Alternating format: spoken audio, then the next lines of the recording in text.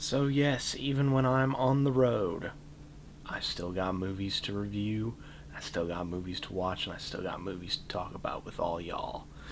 So, that's what we're doing.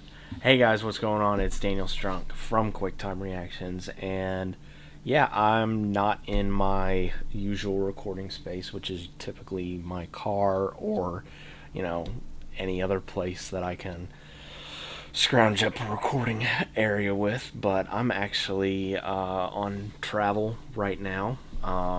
You'll see why in the next upcoming days, I would say.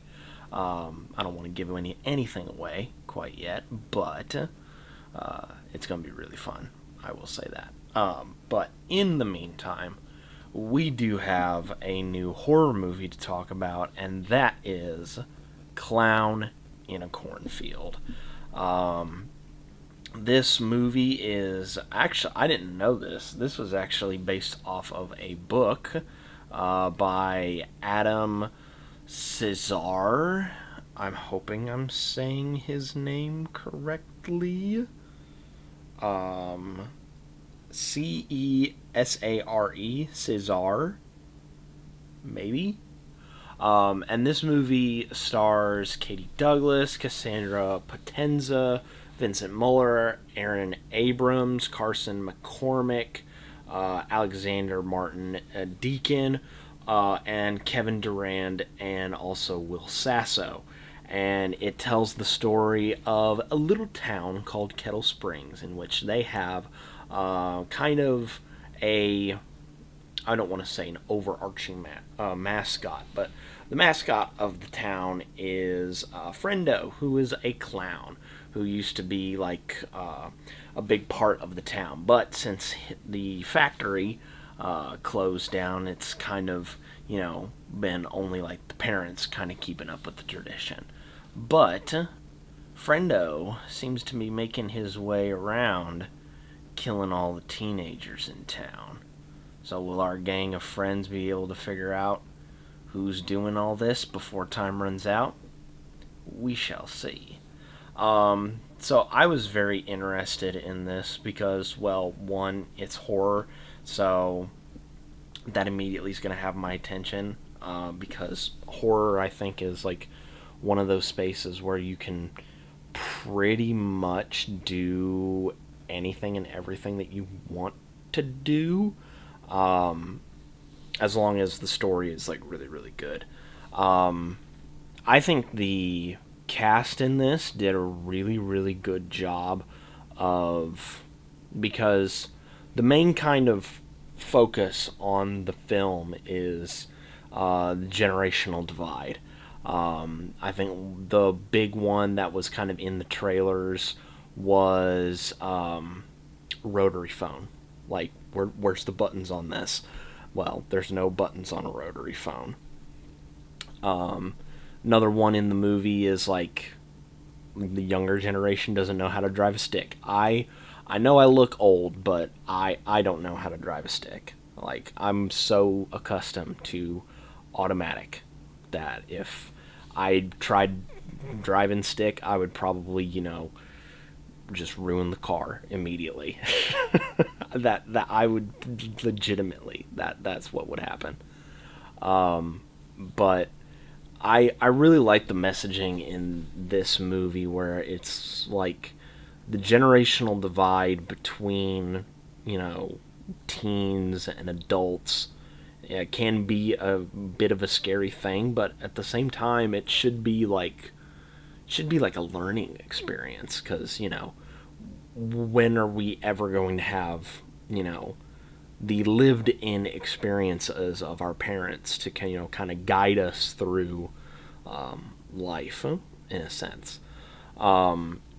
I will say I do want to highlight two of the actors in this. Everybody does an amazing job in the teen cast, but I wanted to specifically highlight Kevin Durand and Will Sasso, because Will, I know he is an amazing comedic actor. I think I first saw him in the Three Stooges movie that came out like 15 years ago, And I know people give that movie grief, but for me, as a 10-year-old kid, that movie was awesome.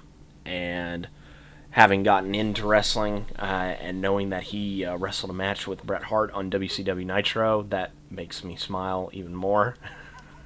And Kevin Durand, of course, I think he was Blob in X-Men Origins, and then he was, recently in Kingdom of the Planet of the Apes. He was also in Abigail as well. Like he's been making rounds, and yeah, every time I see him act, I always forget that he's Canadian, and he pulls off an amazing Southern accent in this movie. Like it's really, really good. And Will Sasso, like he was somewhat unrecognizable, but then as I kept watching the movie, I was like, that's gotta be Will Sasso, right? And then when the credits popped up and his name popped up, it was. Eli Craig was the man that directed this movie, and he is the brilliant mind behind Tucker and Dale versus Evil, which is an amazing horror comedy. And this one, I think, is a really solid slasher. It's a really, really fun time. A lot of really good kills that I'm hoping were practical. I'm hoping that that were practical. I think the best one in this is, I'm not gonna spoil anything because there is one clown in the trailer that you either hear a chainsaw or you see a chainsaw, but one of the kills involves that chainsaw, and it's really, really good. It definitely gave me kind of flashbacks to Tucker and Dale versus Evil with the wood chipper. That kill was pretty good. But yeah, overall, I would say Clown in a Cornfield is a really, really fun slasher movie that you should definitely see with a group of people like I did tonight. My theater was pretty packed out for Clown in a Cornfield, which I was surprised about because I did not think that a lot of people would actually go and see this movie, but it proved me wrong. This was an absolute fun time to watch with a whole bunch of people, and I think that's like the perfect environment to see this movie. It's just with a bunch of people, popcorn in hand, soda in hand, just kicking back and having a good time. Like that's essentially what this movie is. Good kills, pretty good story. Cast was really, really good. Writing really good. Shooting was also like really, really good. Yeah, just overall really, really solid. But yes, that is it for my review of Clown in a Cornfield. But it is also wrestling weekend, so look forward to posting on the channel my predictions for Backlash.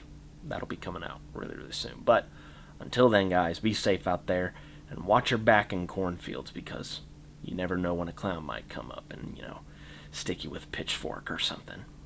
I don't know. But be safe out there, and I'll catch you next time.